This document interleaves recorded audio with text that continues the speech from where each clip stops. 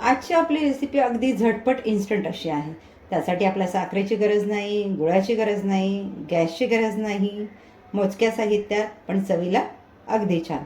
चला तर आपण आपल्या आजच्या रेसिपीला सुरुवात करूयात.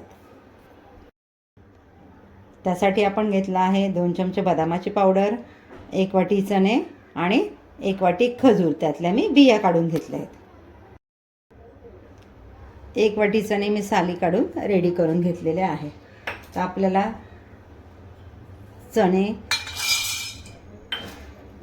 साफ केलेली खजूर 1 वाटी आणि बदामाची पावडर हे आपल्याला मिक्सरमध्ये पल्स मोडवर बारीक करून घ्यायचं आहे. या पद्धतीने मी सगळं मिश्रण याच्यात टाकून घेतलं. आता पल्स मोडवर याला बारीक करून घेते.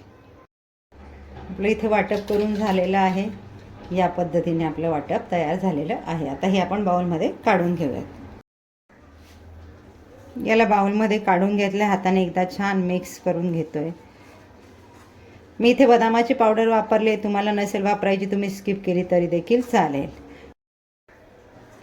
बदाम खाण्याचे बरेच फायदे आहेत. मेंदू आणि स्मरणशक्ती तल्लख होते, त्वचेला चकाकी येते, बॅड कोलेस्ट्रॉल कमी करतात, पचनसंस्था डायजेशन सुधारण्यास मदत करतात. म्हणून यामध्ये मी बदामाची पावडर ॲड केलेली आहे. लहान मुलं, मोठी माणसं आपणही हे खाऊ शकतो. डाएट करत असतील त्यांच्यासाठीही चांगलं आहे. मी हाताला अगदी थोडंसं तूप लावून घेतलं, जेणेकरून आपण जो गोळा तयार करणार आहोत त्याला छान चकाकी येईल. आपण यामध्ये खजूर, चणे याचा वापर केलेला आहे. यामध्ये vitamin, minerals, iron, calcium, fibre याचं प्रमाण भरपूर असतं. हाडं मजबूत होतात, पचनसंस्था सुधारते. या पद्धतीने मी एक त्याला पेढ्याचा शेप देऊन घेतला. तर इथे प्लेटमध्ये ठेवून घेते. माझ्याकडे फुलाच्या आकाराचं फॉन्डंटचं कटर आहे, तर त्याच्यावर मी प्रेस करून घेते.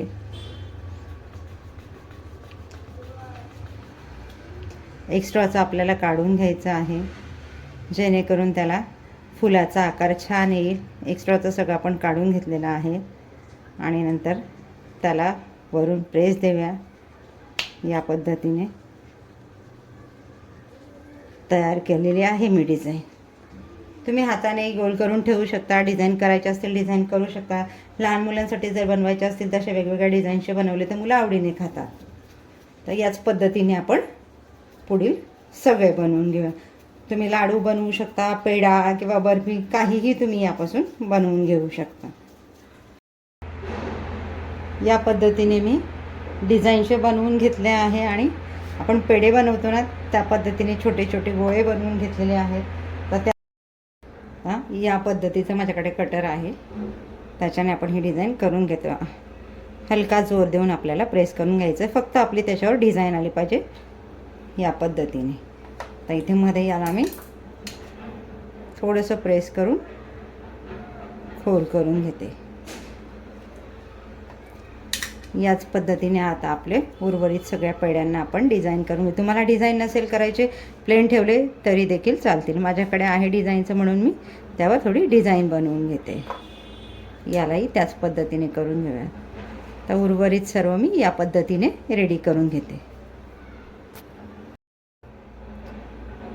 डेकोरेशनचा पार्ट हा तुमच्या आवडीने तुम्हाला पाहिजे तसं तुम्ही करून घेऊ शकता. मी इथे थोडं डार्क चॉकलेट आहे ते डीप करून घेते आहे. तुम्ही काजू, बदाम, पिस्ता याचे काप देखील याच्यावर ठेवू शकता किंवा प्लेन गोल पेढे करून देखील ठेवू शकता. डेकोरेशनचा पार्ट हा पूर्ण तुमच्या आवडीने आहे. लहान मुलांना जर द्यायचं असेल तसं कलरफुल छान वाटतं. मुलं आवडीने खातात. बाहेरचे चॉकलेट्स, मिठाई देण्यापेक्षा आपण घरी बनवून ठेवले 8 ते 10 दिवस आरामात आपण रूम टेम्परेचरला याला स्टोअर करून ठेवू शकतो. यामध्ये आपण साखर, गूळ, दूध याचा कशाचाही वापर केलेला नाही आहे. त्यामुळे एअरटाईट कंटेनरमध्ये तुम्ही 8 ते 10 दिवस ठेवू शकता. तयार आहे आपलं इन्स्टंट स्वीट डेझर्ट. साखर, गूळ, दूध, गॅस याचा वापर न करता अगदी झटपट हे मी 2 डिझाईनमध्ये तयार करून घेतलेले आहेत. मग काय विचार करत आहे? कोणी गेस्ट आले तर भन्नाट आयडिया आहे ना, झटपट कमी वेळात तयार होणारी डिश बनवा. त्या अगोदर एक काम करा, आसनाच किचनला लाईक, शेअर, सबस्क्राईब करायला विसरू नका. डिश कशी वाटली मला कमेंट्स करून नक्की सांगा. भेटूयात एक नवीन रेसिपीसह पुढच्या व्हिडिओमध्ये. थँक्यू.